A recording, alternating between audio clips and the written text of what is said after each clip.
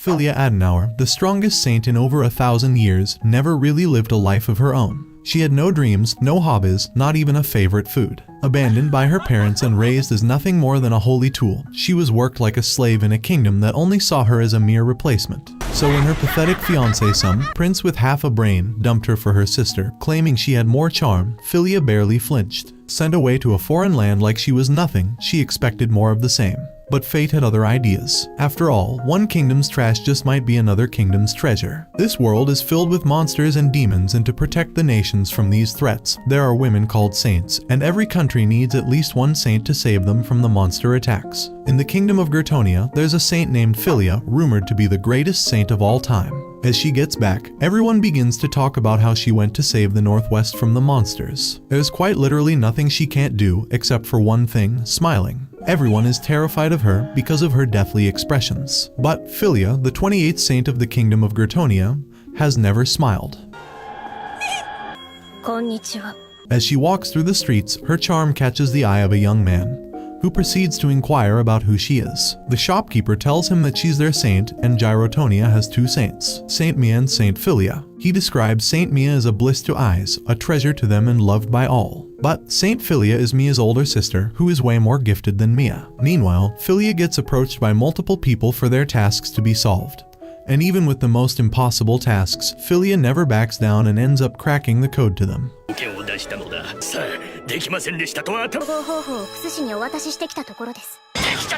The shopkeeper continues telling the young man about their land.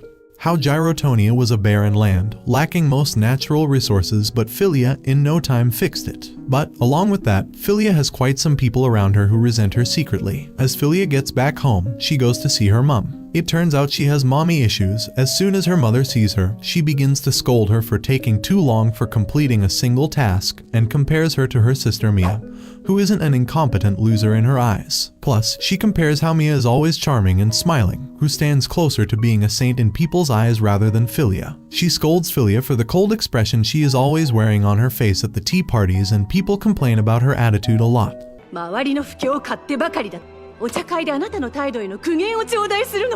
Silently, Filia apologizes, but her mother warns her to work on her personality rather than studying medicine all the time, and proceeds to call her arrogant. It seems like her mother only cares about the image she carries. As her mother leaves, she wonders about how she has worked hard, yet she has always ended up being ostracized. She has never known how to smile, and this is why her parents always preferred her sister over her, and she knew from the beginning that she has to work hard to be loved. On the other hand, the same guy is being all Joe Goldberg and reading all about Filia. Filia narrates later on about her mentor, who gave her a real hard time training her, calling her useless and unworthy of love. She became a saint at 16 and recognized by the king at 19, and engaged to the second prince of Gertonia, Prince Julius. Suddenly, she passes by a father loving his child, and feels stranger. Later, when she gets home, she meets her sister, who is the only one Filia looks up to whenever she gets home. She got Mia a rose hairpin, and Mia can barely contain her happiness, and decides to pick an outfit for her whenever she meets the prince. On the other hand, Julius wants to get rid of Filia and decides to put the plan in action. The next day, Mia is out walking on the streets of Gyrotonia. As she is loved by all for her charm, people approach and surround her. One of them asks if she did something new to her hair, and she explains happily that she was gifted this clip by the one she admires the most, her older sister Filia. Meanwhile, Filia is off to see Julius, her fiancé. But she is wondering why he asked to see her in such a hurry. She looked outside the window, and it was her family carriage outside the palace, knowing her parents are here too. Filia steps inside the room where Julius is and wonders why he called for her. With an arrogant and dismissive smile, he tells her that he is breaking his engagement with her. She gives a little reaction but asks for an elaboration, and he explains that it is because he wants to marry her sister Mia instead. The reason behind choosing Mia over Filia is the absence of charm in Filia, which Mia has. He explains that Mia has that feminine energy in her which makes him want to give her everything he has, and anyone would choose Mia over her. She asks if Mia knows about his plot, and he denies with a frown, but he's sure that she wants him too. After all, men are delusional species. Suddenly, Filia's parents step inside the room, declaring that it was official. Her father tells her that Julius gave them that idea, and her mother urges her to withdraw for Mia's happiness, because she would make a better queen than Filia ever will. Filia thinks if it would make Mia happy, then she wouldn't have a problem with it. Julius interrupts her thoughts, saying the only problem is that Mia would refuse out of consideration for her sister. So, for that reason they have decided to sell Philia to their neighbors in Parnacorda. That actually gets a reaction out of her and she asks for elaboration. Julius explains that their only saint passed away suddenly, so he offered them Philia as their new saint. Not just that, they begged for and paid a heavy amount for her. He decided to give off 30% of it to her parents, and he's sure that Mia would be really happy to hear that he's marrying her. Delusional at its finest, Philia wonders if everyone is finally going to be happy by her being gone. Her chain of thoughts is interrupted by her parents' laughter as they question who would pay so much for a useless thing like Philia. He taunts that he finds it strange that even her own parent treat her as a pet. Her mother takes part in it and she's happy that their family will gain so much out of it.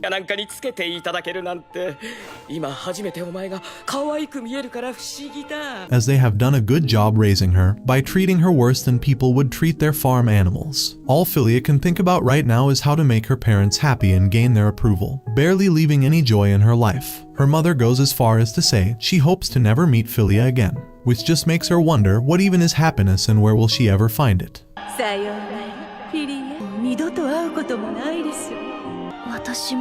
On the other hand, Mia gets home and opens the door to her room. Meanwhile, Philia opens the gates of her home with her luggage, as she has been thrown out. She wonders what could she have done differently to make her parents love her, but she can't ever find that out. As she leaves, there's someone staring at her in a cloak. Julius, the greedy prince, wonders where to spend the money he got from Parnacorda. The ones working for him suggest that he get a gold statue of himself made as Gertonia's king. But he plans not to get too ahead of himself, as he's still a prince since his father, even in rotting health, is still alive. The first prince, Ferdinand, withdrew from the public eye out of fear of Julius's power. So, the coronation might be around the corner and he lets his greed for power and Mia get to his head. Meanwhile, Philia travels for days and nights. She wonders to herself that it has been pretty long since she has had any duty to perform, and she doesn't know what to do with herself now. She can't help but think how it's going to be like when she reaches Parnacorda. All she can hope for is she is of some worth there and has to keep in mind to work like a slave. She knows there's nothing that can be gained by crying over spilled milk, as her duty remains the same. Only her place is getting changed. Philia vows to work hard as a saint, but she also thinks why should she even do that?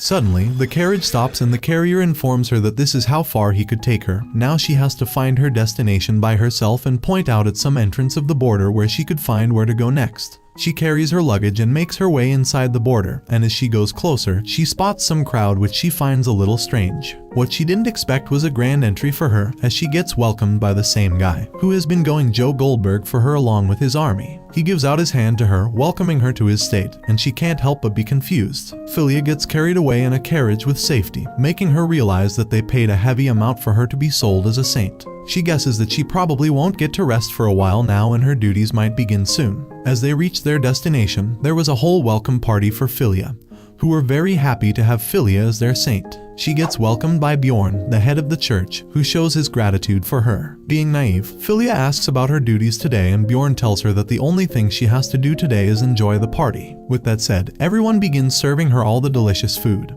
But she feels secluded as she has always been cornered in such events all her life. She takes a bite out of the salad and she likes it. As she is about to enjoy the meal, the same guy shows up and begins talking to her. She has no idea who he is. Suddenly, Bjorn calls him Prince Oswald and she is shaken. Bjorn tells him that Prince Rikard is looking for him, but they sense the confusion on Philia's face. So, Bjorn introduces the second prince of their kingdom, Prince Oswald. That info leaves Philia shaken, as she didn't expect him to be the second prince. Then, Bjorn takes his leave and lets him know that he will send Prince Rikard to him. As he leaves, Oswald says he wants to talk about something to Philia and bows down to apologize, as he didn't want to purchase her because it sounds like an insult to her dignity. He explains that they lost their saint and Gertonia reached out to them, which sounded like a blessing. He's sorry that she had to leave behind her family and loved ones, but he swears that he will provide her with every need. My situationship a day before ghosting me. Then, Oswald says that he will work very hard to make her love their country. That makes her teary because she doesn't know what love is.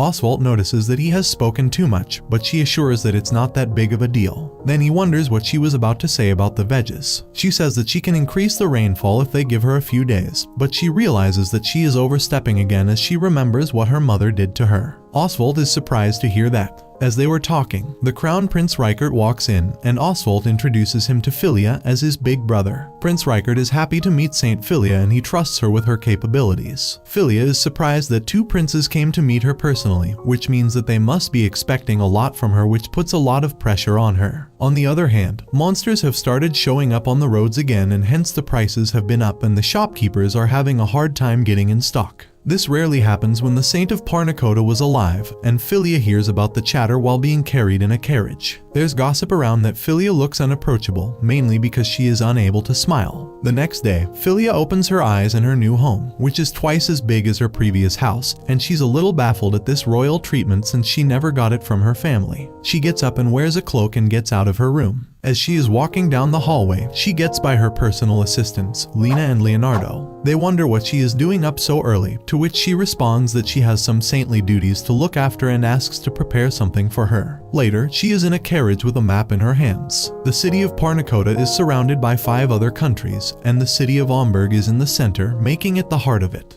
There are deep forests, which makes Parnacoda the easiest target by the monsters to be attacked. Philia wonders that since there are mountains and forests around, she should plan over her first destination. Her assistants, Lena and Leonardo, ask what she is looking at, and she wonders what are they doing along with her here. They inform her that they have been assigned to take care of her all the time, which means they have to support her in her duties too. They think that she was maybe excited to perform her new duties, but when she tells them that it was her routine since the beginning, they both have their jaws on the floor. She says further that if she starts early, then she can finish on time too. Then, Lena asks what she has been looking at in that map, to which she informs that she is looking at the nesting grounds for the monsters, which she can guess by a degree to the terrain. That makes Leonardo take the guess correctly. They are headed to the Detrahorn Mountains to the north. They reach there in a while, with the sky filled with black clouds and an atmosphere so tough that it gets hard for them to breathe, which indicates the presence of many monsters. She leads the way while she passes a remark that any longer would have given lethal consequences. Philia realizes that the monster nest is larger than she expected it to be. She tells both of them to stand back so they don't get hurt.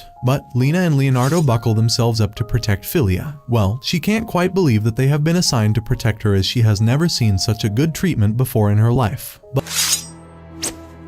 But it's rather distracting for her. As Lena and Leonardo walk away, Lena asks him if he was also appointed as St. Elizabeth's security detail too, and he admits that not only he was on that, but he also protected her predecessor as well. Lena has never seen a saint in action and wonders how they erect the barriers. Meanwhile, Philia walks in a good open spot to erect a barrier. Leonardo tells Lena that a saint pillars. The barrier forms over the land enclosed by the pillars. That area with the barrier makes all the monsters weak, and the more pillars she erects, the more monsters get weak. It takes a lot of time to erect those pillars, yet my pillar takes just a sight of Sydney Sweeney to get erect. Not just time, it takes a lot of mental energy, physical energy, and magic energy. Suddenly, Philia turns to Leonardo and Lena and says that she is done making the first pillar, which leaves Leonardo pretty shocked that she got done as fast as a married man gets done with his mistress. 終わりました。はあ？いや、まだ30分しか経ってませんが。 She says that she has to make 7 more pillars, and it will take some more time to make those. But Lena is impressed since she thought it takes a whole day making 1 pillar. Leonardo is deeply shaken, as he knows it's nearly impossible to make a pillar within 30 minutes, and Philia did it as if it's no big deal. He knows Oswald has brought someone extraordinary in their region. 1日1本作れれば御の字なのでは？光の柱を30分でなど。 After Philia is done with her job, the atmosphere changes and it's shiny and bright. Leonardo offers that they return to the mansion, but she says that they're going to check the local ecosystem and vegetation. Then, she moves, saying that they're going to form a barrier in the West Mountains as well. Later, as they get back to the mansion, Philia apologizes for keeping them out so late, but they don't mind that, yet they find it very impressive. Though, she wanted to start the raining ritual and formed some more barriers. Leonardo and Lena just wonder how she wants to do more than she is doing right now, because if she collapses of exhaustion, they'll be the ones responsible. Philia also did the side quests like an NPC for locals. So, Lena informs her that those are the jobs for a saint, and Philia is surprised to know those aren't a saint's job. All she can think of is how she was always ridiculed for doing her job and always called charmless. Then, Leonardo and Lena take their leave and asks Philia to rest up, but she is confused at the thought of it, as she used to think that taking time off would harm national interests. Anyhow, Philia says that she will work tomorrow again, and Lena and Leonardo take their leave. As they go back, they think of how she's so determined, but also notice how she always wants to be left alone. They wonder how badly Gratonia must have treated her and want to give her the best treatment. On the other hand, Mia is having difficulties managing all the duties by herself as the monsters have started emerging. She frowned over the fact that her sister left without saying a single word to her. But she knows that there's something wrong, and she will find it out soon. After slaying many monsters, Lena and Leonardo informed Saint Philia that the cleansing work had been completed. Saint Philia praised them, saying they did a great job and were amazing. Leonardo replied that the monsters had been weakened thanks to her barrier, and added that the potion she had made seemed to restore his youth. Lena, curious, said she had been wondering what Philia was writing. Saint Philia then revealed a map where she had marked every place they had defeated monsters. Upon seeing the map, Lena commented that the monsters kept multiplying, and even when they wiped them out, they returned quickly. Philia explained that just like humans had their land, there were also realms like heaven and the demon world, the latter being the home of demons. Sometimes, demons escaped from the demon world into theirs. Philia then suggested they return to the mansion. Lena said Philia's work was done for the day and suggested she visit the capital of the Parnacota kingdom, offering to arrange a guide for her. Elsewhere, Oswald walked through the market, greeting people. A vegetable seller asked if he would buy something, and Oswald said he would later. Right now, he had somewhere to be. When asked if it was important, Oswald replied that it was, and he was also going on a date. This surprised everyone in the market. Soon after, Oswald arrived to meet Saint Philia, who looked particularly beautiful. Philia wondered to herself why Oswald was her guide. Oswald started showing her around the city and told her that since her arrival, the country's condition had improved significantly. He thanked her. Philia wondered why he was thanking her, thinking she was only doing her job. But she noticed her heart was beating rapidly. Lena, watching from afar, was happy, convinced that Prince Oswald and Saint Philia were on a date. A man then approached Philia, thanking her for her help in Gratonia, saying his work had improved, and introduced his son. The child greeted Philia, and although she feared he might be scared of her, he thanked her warmly, saying his father had been sad and struggling until Philia helped. This praise surprised Philia. As more people in the market rushed toward her with excitement, Oswald quickly took her hand and led her away. He brought her to a restaurant, apologized for the abruptness, and invited her to order anything she liked. He asked what her favorite food was. The word favorite confused Philia, and Oswald offered to recommend something. He ordered them tea. Philia felt strange, unsure how to act. Oswald said he appreciated her hard work, but reminded her that resting was also part of the job. This shocked Philia. She had never heard that before. He asked her what she liked and disliked. Philia was lost in thought, realizing she had never been allowed to think about herself. As she sipped the tea, she liked the aroma and admitted she liked tea. Oswald offered to take her anywhere she wanted. Philia requested to visit the castle library, which wasn't open to everyone. Once there, Philia seemed uneasy, feeling this didn't seem like a date. While reading, Oswald asked what she was looking for. She explained she was researching the recent surge in monsters. She had seen something similar in Geronia before coming to Parnacota. Philia told Oswald that in Geronia's historical books, she read about a time 400 years ago when the demon world drew close to the human world. Many monsters emerged, including the archdemon Asmodeus. The war nearly destroyed kingdoms, animals, and people. But one saint, Fiona Issel, faced Asmodeus and became known as Arch-Saint Fiona. She created powerful barriers, separated Asmodeus's soul from his body, and sealed it. After that, peace returned. Now, Philia believed that the demon world might be getting closer again. Following this revelation, Prince Oswald called an urgent meeting. However, the top officials didn't take Philia's theory seriously and refused to support it.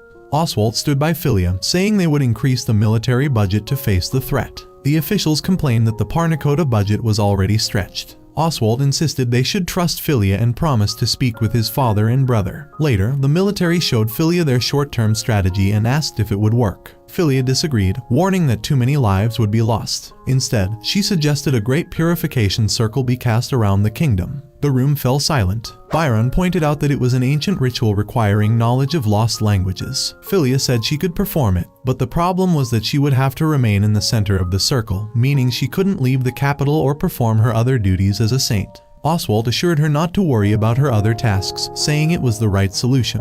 That evening, Oswald met with Philia again and noticed she looked concerned. He asked what was bothering her. Philia said she was thinking about her younger sister, Mia, who was also a saint but didn't know the ancient rituals, making it impossible for her to perform the purification circle. Oswald said he understood. Every elder sister worries about their younger sibling and told her not to suppress her feelings. He encouraged her to help Mia. Philia then wrote and sent a letter to her sister. Meanwhile, in Gritonia, Mia was still troubled by Philia's departure. One day, Prince Julius suddenly proposed marriage. Mia found it disgusting. He had just lost his fiancée and was already proposing to another woman. の妻になってくれないか? 何言ってるのこの人?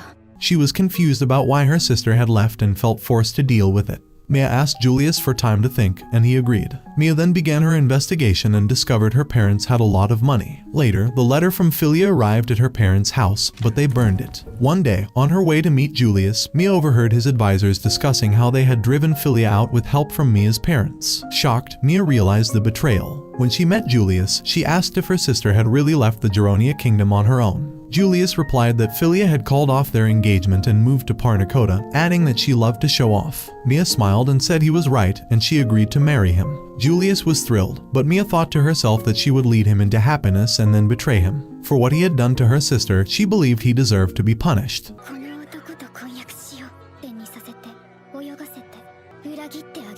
Mia writes a letter to her sister, Philia, informing her about the monsters hurting people of Gritonia. She expresses her mistrust in Prince Julius, saying if he had cared for the kingdom, he would not have sold off Philia. While she is penning down this sentence, she stops midway, crumbles the paper into a ball, and throws it away. Mia starts writing another letter in which she wonders if Philia has noticed the current irregularities by chance. She states her reason for writing is not hearing from her sister's side. By the last sentence, Mia stops again and wonders if this is even meaningful to write, since her sister would surely have sent guidance by now if she had known about the current situation, and this makes her worry about her sister's well-being. A large crowd is gathered in the palace, and Philia and Oswald are also present. Oswald apologizes to Philia for gathering so many people, since it was his father's idea to introduce their new saint to everyone and gain popularity. However, Oswald feels skeptical about it himself. Reichert arrives just on time and mentions to Philia how her presence actually seems so meaningful that it was worth the fight he had with his brother, Oswald. Oswald, however, gets uncomfortable at this, but before he could explain it to her, she is called as the arrangements are all done. Before she walks off, Oswald entrusts their kingdom in her hands, as she is the saint now. As Philia climbs up the stairs to the raised platform, she thinks about the generous and patriotic people in that place. She feels a sense of protectiveness for them despite not actually belonging to that place, and realizes that she wants to stay the saint of Parnacoda. Philia begins the prayer, and everyone gets enchanted by her beauty and the way she prays. With her promise to protect them, she makes the Great Purification Circle activate, which acts as a shield for their kingdom. However, as soon as she turns around to announce that the prayer has ended, she hears a strange voice in her head, claiming to have found her. This startles Philia, and she gets anxious about what it was. Nevertheless, everyone at the church starts complimenting her while clapping and cheering her up. Lena walks through the streets, content with the weather, and calls Parnacoda a picture of peace and tranquility. People stop her on her way to St. Philia and hand her a lot of things, from food to clothes, to give it all to Philia. Lena is quite disappointed by the weight she has to carry to the saint until a little girl hands her flowers, which cheers Lena up. When Lena arrives at Philia's place, she is worried to see her working already while she should be on a break before leaving for the capital. Philia answers that she does not have anything else to do, so Lena asks about her hobbies, which turn out to be none. Lena suggests many things to do, but she does not feel interested in any of them until asked about reading. When Philia says that she deciphers texts and studies scientific textbooks, Lena tells her about her interest in romance novels, but Philia is oblivious about what it is. Lena asks her if she doesn't have any interest in it despite being so beautiful. Philia answers that she never got the chance, but suddenly Oswald's face appears before his eyes. Lena decides to lend her romance novels to Philia when Oswald enters the room. He shyly asks to discuss something with Philia, and over tea and snacks, he clarifies the fight between him and his brother over bringing her here. He says that he wasn't opposed to her coming but to the idea of buying a saint-like object and still stands by his beliefs. However, he's glad to have met her. Leonardo then asks Oswald about what he wanted to discuss with Philia, but Lena tells him not to bring it up right now since she can sense the air between the two. Getting reminded of it, Oswald asks Philia if she is interested in tutoring. At dinner, Lena is intrigued by the idea, but Philia has her doubts about being an effective mentor. Lena assures her of being a good one and says that a saint in training, Oswald, will be good company for her. Suddenly, Philia zones out, worrying about her sister not replying to her letter. Leonardo assures her that he will visit the messenger, and Lena tries to cheer her up so she finally eats. When she likes the food, Leonardo and Lena get happy at her finally expressing it. and tell her that Leonardo has been cooking her food, using the things the people send for her out of gratitude. Filia realizes how good it is to share books and meals with others since she'd been deprived of it due to her loneliness. Grateful about it, she thanks both of them. On the other hand, Mia and Julius are having dinner together where he brags about getting the best ingredients for her. He also mentions her enjoying such a feast every day once they are married. Filia is about to call it a day when Lena enters her room excitedly and gives her the letter sent from the kingdom of Gertonia by Mia. Filia quickly reads it but realizes that Mia never received the letter Filia sent to her. When she discusses it with Leonardo and Lena, Leonardo tells her that the royal messenger assured him about the delivery. Filia thinks that her parents might have destroyed it to cut off contact between her and Mia. Leonardo then asks if she wants a way to ensure her letters reach Mia, and when she affirms, they promise to get it done with the help of Himari, another personal female guard assigned to Filia. They tell Filia how Himari has been alongside her secretly due to being a ninja, and Filia states her knowledge about ninjas. Leonardo then asks Himari if she can take the letters of Filia to Mia herself, so she agrees to do it in the name of the Fiuma clan. Filia informs her about the danger of traversing monster-filled forests to enter Gertonia, along with dealing with the people becoming a hindrance between Filia and Mia. However, Himari asks her to give the order without hesitation since she is ready to risk her life for Filia out of gratitude.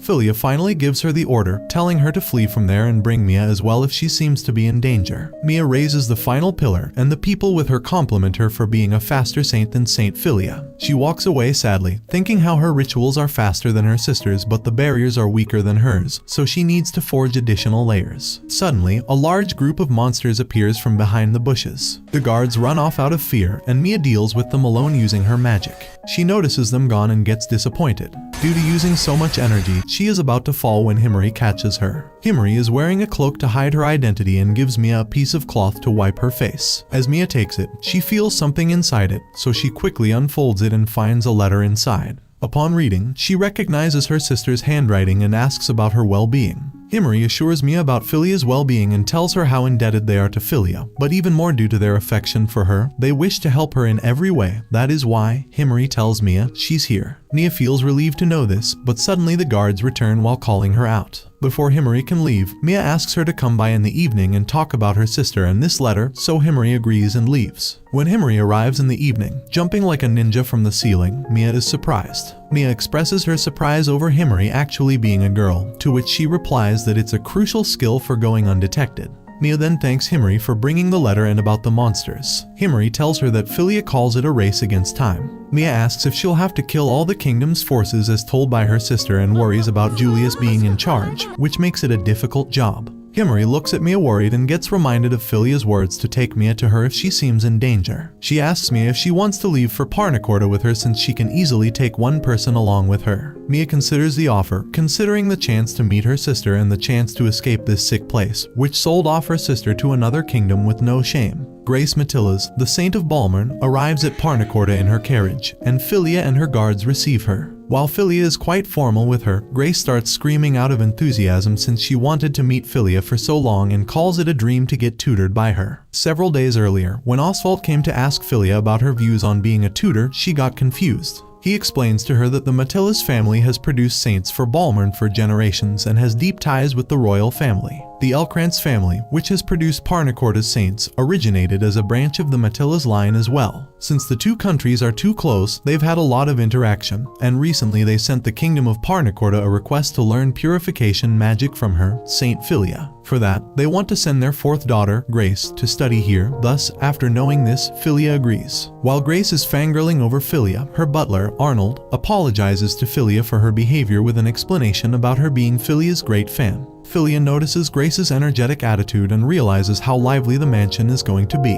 Later, while serving tea, Leonard asks Filia if she's sure about teaching the Great Purification Circle to someone from another kingdom. She answers that there's no issue except for it not being everyone's cup of tea to handle. The Great Purification Circle doesn't need any talent, but knowledge and perception, and for it, one must study ancient language. Filia is reminded about how Mia couldn't use it since she didn't know the ancient language and regrets not teaching it to her. Philia says to Leonard that since Grace might already know the ancient language, she would be quick to learn it. Philia starts the ancient ritual class and Grace is quite excited. She explains the basic rules and tells her to learn perception by practicing perceiving the natural magic power necessary to use ancient rituals, mana. Upon being questioned about mana, Philia says that when one casts spells, he uses the magic power within oneself, known as odd, while the magic power that comes from the natural world is called mana. Therefore, since the Great Purification Circle is massive in scale, it's difficult to perform using odd alone, so mana is used to fill in the gaps. To learn perception, Philia tells Grace to stand alone in the sunlight and feel nature with all her senses. After trying so hard, Grace finally speaks up about not feeling the mana at all, but just a slight power in nature. Philia assures her that this is enough for now to indicate that she can perceive mana. In order to push her further, Philia casts the light spell, which makes the mana shine, and she tells Grace that it would be easier for her if she could sense it visually. Grace can't help but admire Philia to no extent, which makes Philia feel flattered.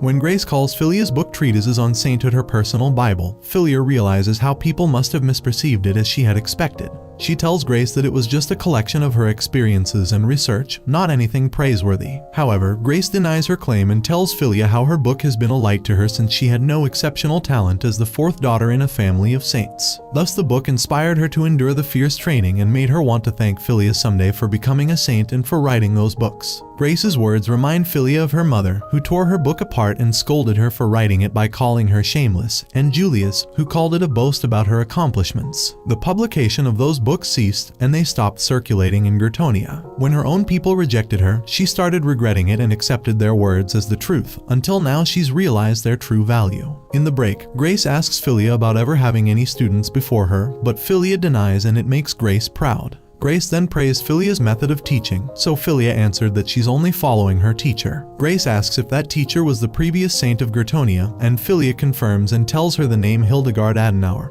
who is also her paternal aunt. When getting asked about what kind of teacher she was, Philia calls her unsparing and tells all kinds of things she put Philia through. Grace asks if there was any reason for her to be that strict. The question reminds Philia of when Hildegard told her that she only wants to make Philia strong because she resembles Hildegard, who was bullied by Philia's parents. The realization makes Philia feel bad, and she apologizes to her mentor in her head. While reading the romance books brought by Lena, Philia asks her about the weird plot, which she continues to explain. Just then, Leonardo enters the room and gives Philia a letter from Himary, informing her the delivery of the letter has been completed. Leonardo further informs her about her carriage being ready for tomorrow. Upon being asked by Lena, Philia says that she will go with Grace to visit Grace's cousin, Elizabeth's grave, who passed away 3 months ago. The next morning, Philia and Grace are at the graveyard, talking about Elizabeth, when Reichert also arrives. At first he mistakes Grace for Elizabeth since the two of them resemble each other due to being cousins. However, he soon realizes that it is Grace and later tells Philia that he was formerly engaged to Elizabeth. Just like Grace, he's also brought golden freesia flowers, which Elizabeth claimed to like more than any gift since it would remind her of Reichert.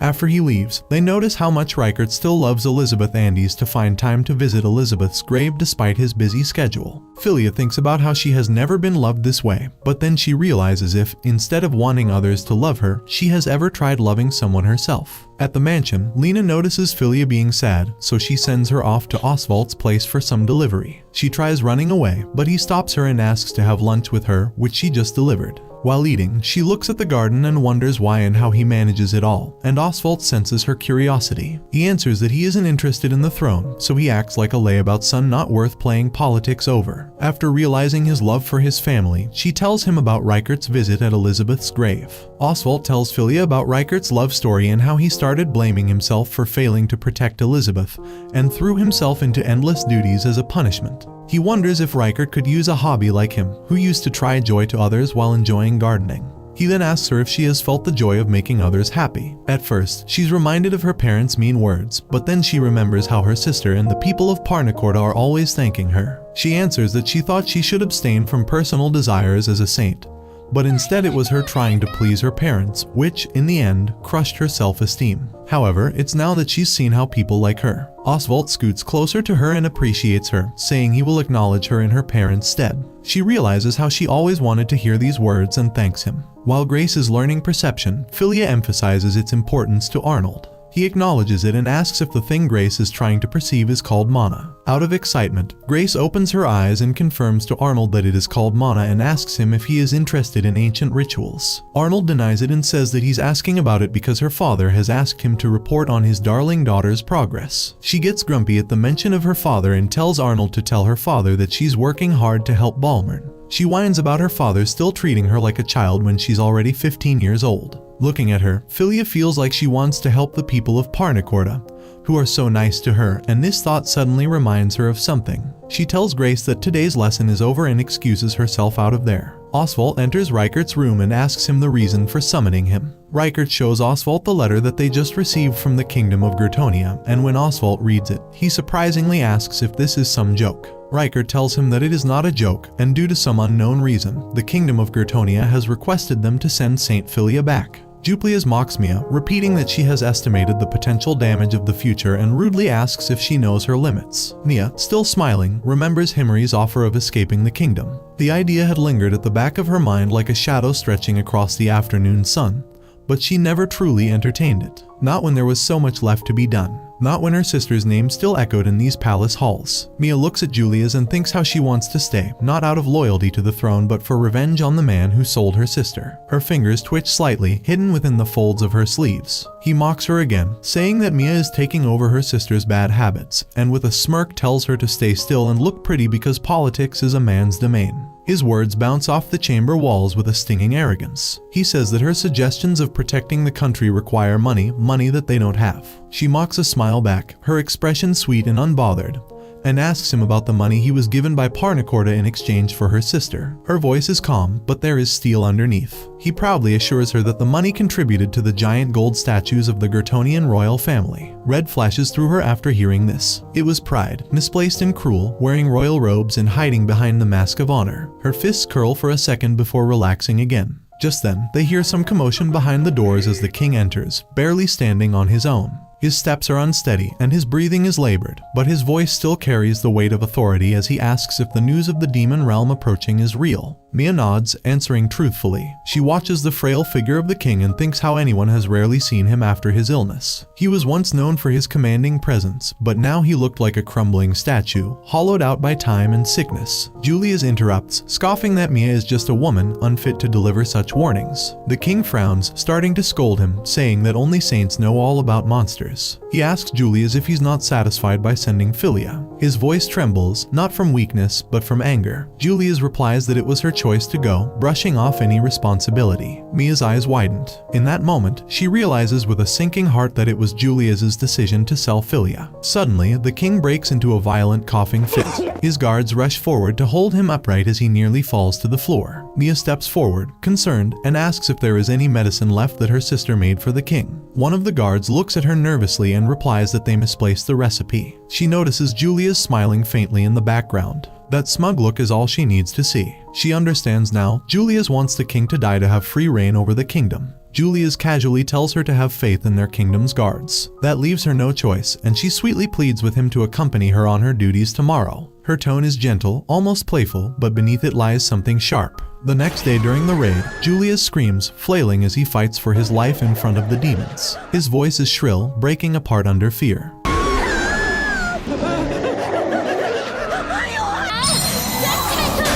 She thinks how her plan could finally show him the real danger their kingdom is in. Mia kills the demons alongside the soldiers, swift and precise. The fight is brutal, but she never falters. After the fight, Julius tries to excuse himself, saying his stomach is having trouble, so he should go back. He clutches his midsection dramatically, sweat glistening on his forehead. She asks again, maintaining her composed smile, if he is sure of the danger now. But Julius remains unyielding. He straightens up, wiping his hands, and pretends to be unaffected. The goblins begin to surround him again, and he screams, scrambling behind Mia for protection. She turns to him calmly and tells him again of the kingdom where not even the capital is safe. Still, he says that he doesn't take orders from a woman and that Philia did the same. She thinks how Julius might have an inferiority complex towards her sister. Her heart aches for a brief moment, but she keeps her resolve. With a heavy heart, she still fights the demons, shielding the very man who sold her sister.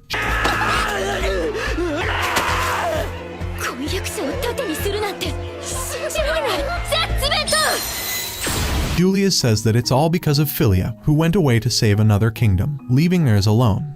What?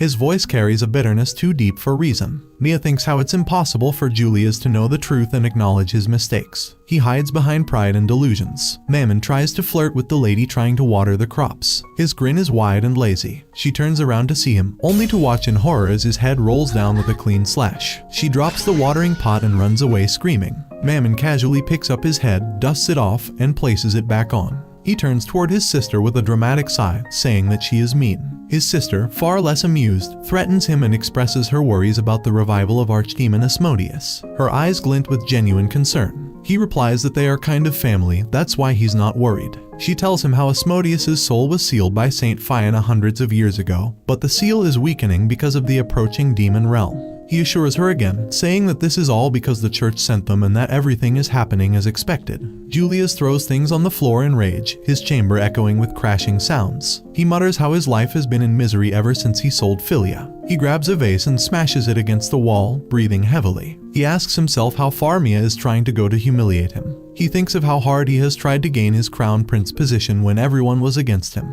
When he finally got it, he thought life would be perfect, until the day Philia arrived. He says that a woman only needs outer beauty, but she dared to tell him what to do. Just then, Marquis Piaz arrives, nodding in agreement. He tells Julius about the treasure left by Saint Fianna, that it's stored beneath the church in the capital, and that whoever breaks the seal can obtain tremendous power. Julius's eyes light up with hunger. He fantasizes about the treasure, imagining the power flowing through his veins, saying that after that, no one will tell him what to do.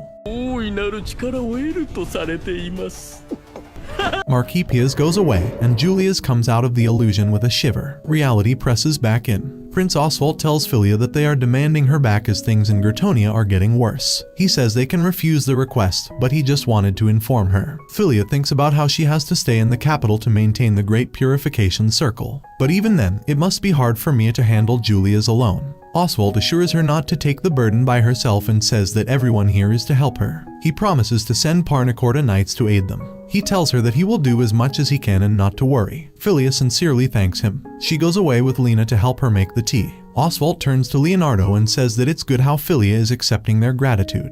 Philia tells them to gather as she reads Mia's letter. Grace informs her about the king's poor health and how Julius destroyed her recipe. She decides to send the recipe with Himary next time. She thinks how Mia is going to such lengths to fight Julius. Himary asks if she can kill Julius. Mia tries to settle her down, saying that it could lead to a war between the two kingdoms. Himary asks how Mia is going to handle him then. Mia expresses how she wants him to repay for what he did to her sister and how she wants him to repent and regret everything. Himary tells her that in her position as the saint, she can actually make this happen. Mia thinks how she is the protector of the kingdom from all the ill, even if the evil lies within their own monarch. She begins to realize that she is forgetting the reason she became a saint in the first place. She remembers how Philia went away to practice as the saintess, and how her mother refrained her from meeting her sister, asking her to study hard. But she disguised herself and went to the kingdom to see her sister. She remembers how it was the first time she came face to face with a demon and how she felt so useless. Coming from a saint's lineage, she still couldn't protect herself. She asked God to save her. Philia came flying out of nowhere to save her life. At that moment, she saw how her sister was like a hero, adored by the people of their kingdom. She thinks how her sister is the reason she wanted to become a saint to protect their people together and how she is like a role model to her. She exclaims to Himary that she can't forget her duties as the saint and not take revenge for her sister. Himary tells her to remain herself and fight for herself and Philia. She tells her to work for the kingdom through her own lens. Mia stands up, her voice steady, stating that she is going to keep hating Julius as part of her saintly obligations and expose him to the world and to break him completely. That she is going to be selfish because she demands both salvation for her kingdom and revenge for her sister. She says how she needs someone else to entrust to expose the prince fully and to help the king recover. She plans to take out Prince Ferdinand, who's confined upon Julius's orders, and only he could help her to have success in her plans. Pierre gets appointed as Mia's bodyguard, and he wants to proceed with her duties. But before that, Mia wants to go see the Crown Prince Ferdinand.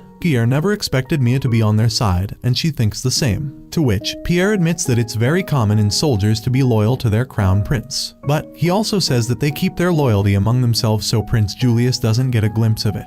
That makes her wonder that it's exactly what Himari told her, that Fernand has been sickly since birth, and the noble who wanted Prince Julius to go further took advantage of that and robbed Fernand of what should have been his. As they are walking, Pierre says that Julius treats his bodyguards like a disposable. Once he's done with them, he will throw them away when they're no longer of any use. This way, at the end, there will be no one defending the kingdom at the end. Mia wonders if Pierre used to be Fernand's personal bodyguard, so how is he holding up now? Pierre says that he's waning right now, which is understandable after the betrayal of Julius into keeping Fernand under House Ars. T and Fernand had no other option. When the king found out what Julius did, he got Fernand's house arrest lifted and was angry at Julius. But since then, Fernand has refused to be free and has hidden in his estate for almost 12 years now, which surprises Mia, but she knows it'll take more effort because Gertonia has no time to lose and she has to put in more effort than ever. She enters Fernand's room, greets him, and introduces herself as Julius's fiancée. He was uninformed that it's not Philia anymore and it's Mia who is Julius's fiancée. She says that Philia is her older sister who had to go and serve for Parnacorda. He's surprised that the king made such a decision, but Mia informs him that the king has fallen ill and Julius is handling state affairs. He gets straight to the point as to what Mia wanted to talk about, and she says that she wants him to take the throne instead of Julius to save the kingdom.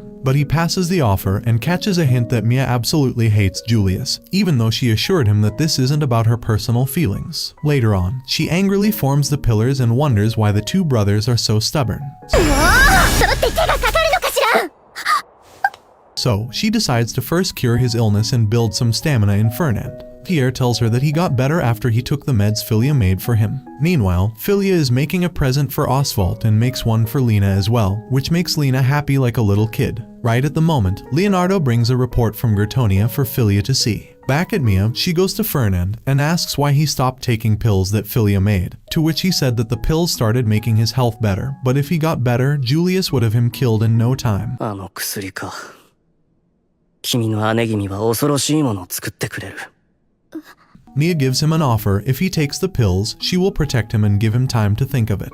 On the other hand, Philia gets summoned by the king and asks Oswald if she did anything wrong, but he assures her that he just wants to meet her. Still, she is a bit scared and he assures her that if someone speaks ill of her, he won't tolerate that, even if it is his own father, because he doesn't like the idea of her being hurt. After a while, they reach the king, and the king apologizes that he took so long to meet Philia. He thanks her for saving their kingdom from a potential threat, and she admits that she just performed her duty as a saint. As he speaks to her, Philia sees the hint of Oswald and the king. The king wants to reward Philia for her work by helping Mia in her saintly duties because she is unable to handle them on her own. This makes Philia very emotional as she is very scared of losing Mia. She bursts with emotions and instantly apologizes, but the king tells her that there's nothing that she did wrong. 君を助けたくはないかね。助けたいと思っています。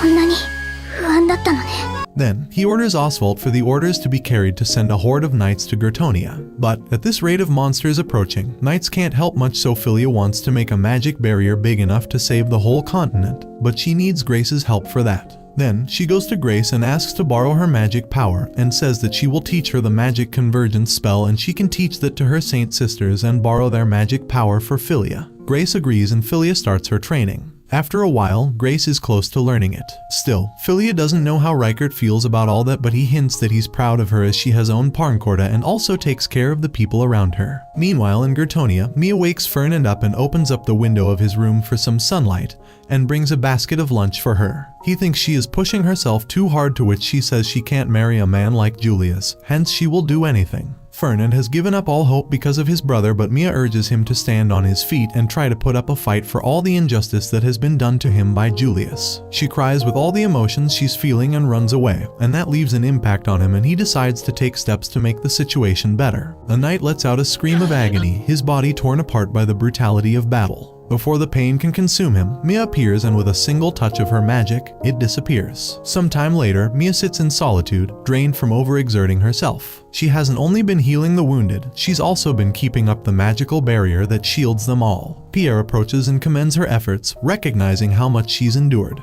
He apologizes for leaning on her so heavily, but Mia gently reassures him. Compared to the constant pressure of saving her former guard unit, she feels she has more freedom now. She adds that Aunt Hilda returning to her saintly role has eased the burden. Sharing the load has helped keep the kingdom and Mia from collapsing. Still, she confesses it's only been a few days of fighting. The barrier that Saint Philia once formed has shattered, and with it, the last of their divine protection is gone. Through its fractured remains, a demon slithers forth, with a command to capture Saint Philia. Late at night, as Philia sleeps, the shadow silently slips into her room. Just as it's about to reach her, she awakens and reacts instantly. She casts a binding spell, trapping the intruder in place before it can move further. As the captured shadow rides, a calm voice breaks the silence, asking Philia if this is her first time seeing a demon. The one behind it steps into the light. Urza notices an exorcist. She explains that she's come to deliver a warning, that the demon realm is rising in power again. This cycle happens every few centuries, but this time things are progressing faster than expected.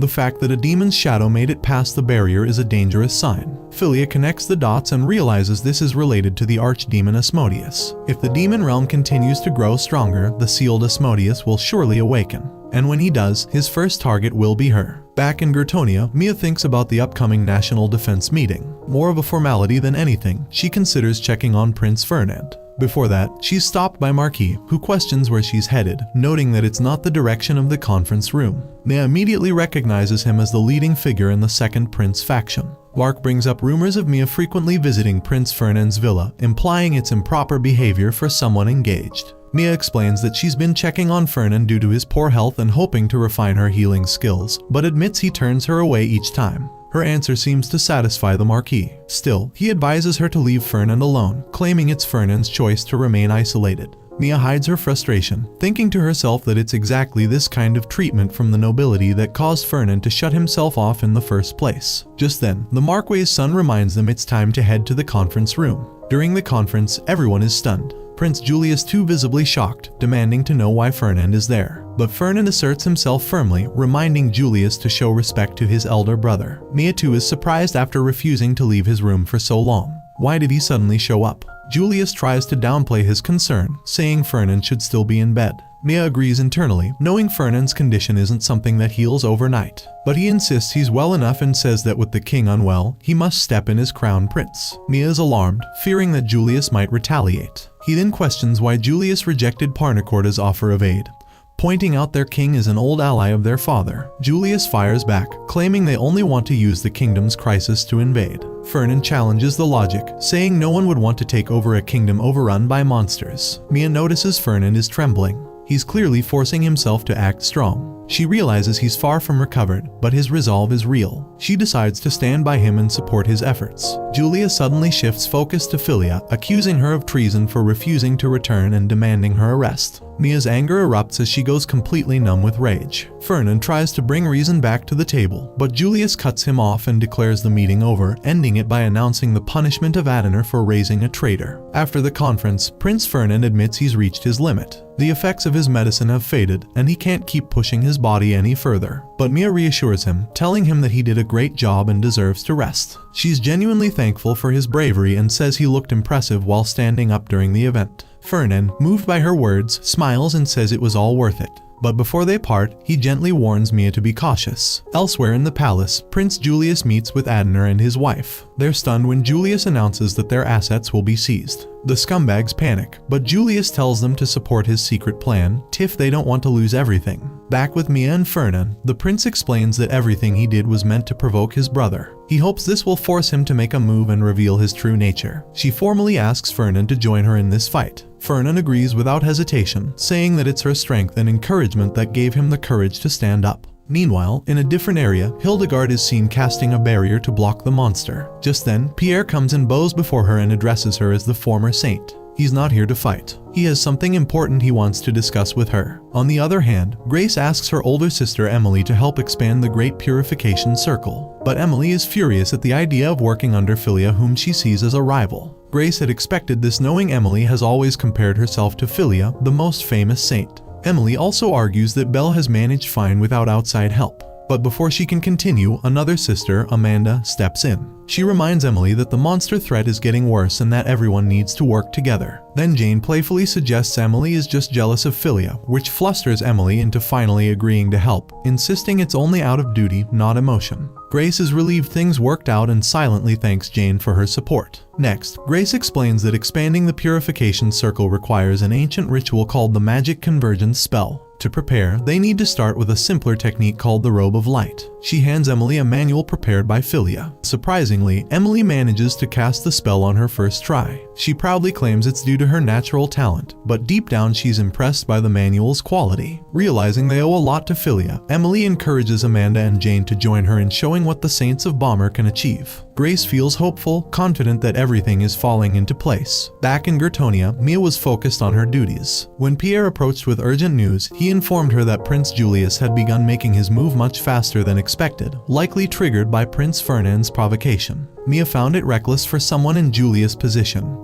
but admitted it worked in their favor. Pierre explained that Julius had ordered House Adenor to host the grand party, inviting many noble families to unite under his influence. Mia was puzzled by his approach, finding his logic hard to grasp. Later, as Mia walked down a hallway, a maid rushed up to her. The maid explained that a man had come for confession and insisted that only Mia could hear it. When Mia met him, she recognized him as the son of Marquis, aligned with the second prince's faction. He quietly mentioned that he had something important to share. After returning home, Mia collapsed on her bed, feeling drained by the day's events. But her rest was cut short by her father's angry voice yelling from another room. Mia stepped out to see what was happening and was surprised to find Hildegard. Her aunt had come to visit. Her father was furious and told Hildegard she wasn't welcome, but she calmly replied that she had come only to share important information with Mia as a fellow saint. She offered to speak outside instead, and Mia agreed to join her. As Mia walked outside with Hildegard, she couldn't help but notice how much her aunt resembled her older sister, Philia. The similarity was striking, but she quickly brushed the thought away, trying to stay focused. She thanked her aunt for returning to her duties as a saint, believing it had helped stop the monsters from advancing. Hildegard dismissed the gratitude, saying her return had made little difference. In her eyes, the kingdom was already crumbling under the threat of monsters. She mentioned that Philia, her own pupil, could have handled everything alone if given the chance. Mia silently agreed, knowing all they had done so far was slow the inevitable. Wanting to know the real reason for their conversation, Hildegard replied that she wanted to know the truth to discuss. Without hesitation, Hildegard asked Mia to let her adopt her. Mia was stunned. Her aunt then explained that Mia's parents would eventually fall as a result of the path she was on. Her revenge would not just bring down Prince Julius, but her family as well. Mia was surprised that Hildegard already knew so much. The previous saint revealed that she was part of the Crown Prince's faction. She had never forgiven Prince Julius for selling off her precious student, Philia. After learning from Pierre that Mia had joined their side, she had been waiting for the right moment to talk. Hildegard believes Mia would struggle deeply once her parents were gone. She explained that she too had lost someone, her husband. Despite their distance, she wanted to support Mia through the pain. Mia couldn't understand why someone who barely knew her would want to adopt her. Then came the truth. Hildegard revealed that Mia's parents had already taken her daughter. Hearing this, the resemblance between Philia and Hildegard now made sense. Hildegard began to share her past. As the chosen saint of the family, she had once been cherished by their mother. But her younger brother, Mia's father, grew jealous of all the attention she received. That jealousy turned into hatred. Over time, he spread lies about her, and by the time their mother passed away, everyone believed him. Hildegard lost her place in the family. After taking over the household, her brother and his wife struggled to have a child. In a family of saints, producing a daughter was essential. Around that same time, Hildegard became pregnant. When they learned her child would be a girl, they took the baby, Philia, from her. They spread a false story that Hildegard's child had been stillborn. When she told others the truth, no one believed her. They thought she had gone mad from grief. Soon after, her ailing husband's condition worsened and she lost him, too. With her spirit broken, she gave up. Since then, the only thing she could do for Philia was ensure she became strong enough to stand on her own. For letting go of her daughter, Hildegard believed she had no right to call herself a mother. She had no plans to ever tell Philia the truth. Mia's eyes filled with tears. Her voice trembled as she said she couldn't understand why Hildegard would tell her all of this. She was still their daughter. Why destroy that belief and take away what little she had left? Hildegard looked at her calmly and said the reason was simple. This was her own revenge. Mia froze. The image of her parents, already worn thin, shattered completely in that moment. Deep inside, she had always believed there was still some goodness in them. That maybe despite their cruelty, they were capable of love. But now, even that faint hope has been stripped away. And what made it worse was the realization that they hadn't always been childless. Eventually, they had a daughter of their own, Mia. That meant Mia herself was the reason Philia had been treated so cruel. The guilt overwhelmed her. She felt unworthy of even calling herself sister. After some time, Mia managed to calm herself and took a deep breath. She said that if everything Hildegard told her was true, then it made even less sense. Why would she adopt the daughter of the very brother she despised? Hildegard said that she had received a letter from Parnacorda. In that letter, Filia had written about how deeply she cared for Mia. She said Mia was kind, strong, and always put her heart into everything she did. She mentioned how Mia often pushed herself too hard and how that worried her. She called Mia her younger sister and said that she loved her very much. Filia recalled how when she was called back to the Adiner family after her engagement to Prince Julius, she felt no attachment to the place that should have been her home. But it was Mia who made her feel welcome. It was because of Mia that the cold house began to feel like home. At the time, Filia didn't realize how much that warmth meant to her. But after spending time in Parnacoda and learning to reflect on her life, she understood it clearly. It was Mia's kindness that had saved her. She ended the letter by asking her mentor, Hildegard, to support Mia however she could. She believed the kingdom needed the light that Mia carried. And more than that, Mia needed someone who would truly stand by her side. The next day, Gertonia is under attack by the monsters. No matter how hard Mia tries, Julius won't budge and spend a dime on the aid of Gertonia to actually secure the country. Meanwhile, Aunt Hilda is making light barriers to keep the monsters out of the country, but at this rate, the efforts seem rather useless. But Mia decides to stay motivated because she is the saint of the country. On the other hand, Elsa praises Filia for her plan and wonders if it is a fail-proof method. Elsa's younger brother Mammon tries to assure her, but she shuts him up by quite literally cutting his head off and it falls down. Filia admits that Gertonia is tough to handle and has 4 days left and they have to take measures before that. Prince Rikert comes in and Elsa introduces herself as the exorcist and Mammon as her brother. Then, Rikert talks about the aid of the soldiers Parnacorda sent for Gertonia, but they were refused entry to the country and falsely accused of invading the country, which worries Rikert since he overheard the conversation of Gertonia only having 4 days left. Elsa agrees with Rikert as the awakening of Asmodeus is about to happen. Parnacorda will be risked as well because Asmodeus is after Filia. Later at night, Filia thinks about the conversation she had with Elsa, where Elsa inquired about the cycle of rebirth, reincarnation. She wonders where the soul of Fiona ended up, but soon tells Filia that it resides inside of her. Well, Mammon gets reminded of sweet memories of the archdemon being beaten up by Fiona and falling in love with her. Man's having some degrading kinks. Then, Elsa tells her that this is the reason he's after her, to have a chance at the rejected love once again. Later, as Filia ponders upon it, Oswald comes and sits with her. He tells her to take care of herself and assures that he is there with her, along with everyone in Parnacorda. Hearing his calm words, Filia feels relaxed. Then, Oswald asks her out on another date, which makes Lena happy for Filia and Filia accepts it, though it is making both of them blush. Back in Gertonia, Julius is hosting a party, neglecting the actual needs of Gertonia. And that infuriates Mia, as the country doesn't need to spend their leftover funds like that. Suddenly, Julius comes and grabs Mia closer to him, and she pretends to be pleased. Right then, Fernan comes in, taunting about the great party he's holding. Strange enough, Julius likes his presence there. Everyone is surprised to see Fernan stand in front of them. Then, Fernan goes on to give a speech how he will take care of the country being the crown prince and take the best measures. Everyone is assured and a round of applause goes for him, which makes Julius happy, which was weird. As Mia was praising Fernan, Julius steps in and begins to falsely praise him. Fernan excuses himself, but he says he will be back for a toast. As Fernan goes away, Julius wonders if Mia and him could set up a date for their wedding, and that makes her wants to throw up, so she says that they should do it after the situation is calmer. He agrees and Fernan returns. The servant brings glasses of toast for Fernan, Mia and Julius cunningly says that Fernan should take a toast, since it won't affect his health that much. Fernan hesitates but decides to trust his brother and grabs the glass of wine. Mia's father gives out the toast and everyone gulps down the wine. Fernan is a bit hesitant and so is Mia, but still, he drinks it. As soon as he drinks it, he begins to choke on it and faints. Mia rushes to him to check his pulse and he's not breathing. Julius openly admits to it that he did it on purpose, and Mia says to keep this matter in front of the king, but Julius also got his own father murdered the same night. As he admits to all of the heinous acts he committed, he laughs crazy as he felt his father and his brother were standing in his way.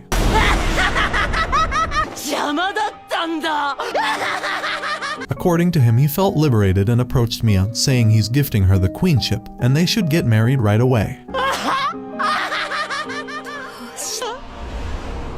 But before he could touch her, Fernan stands up again and throws him, admitting that he knew about his disgusting plan and one of the servants of Julius already told Mia about the plan. Fernan confronts him with everything, how he staged everything and even their father was alive. Everything was perfect a while ago for Julius, but it all came crumbling down along with a death sentence. Then, it was time for Mia to shine, as she admits that she betrayed him, even though he has crippling love for her. She screams at him and her parents for treating Philia like garbage and tossing her off to another kingdom. Meanwhile, Julius is still trying to gaslight everyone, including himself, that he can still be the king, as he was always the golden child, who naturally just always knew how to do things better since his brother was always ill. Everyone would praise him, except his father, who would tell him to work on his attitude. But after a while, he stopped caring about his father. He felt the real threat when Philia stepped in, who could potentially take away all the power from him because she was better than him. This is why he sold her off. Suddenly, he stands up and screams at Mia and Fernan for being traitors. What he didn't realize was his father was there under a disguise all along, and finally shows himself, leaving Julius terrified. That concludes the anime recap for now. If you like to continue this series, let me know down below and I'm out.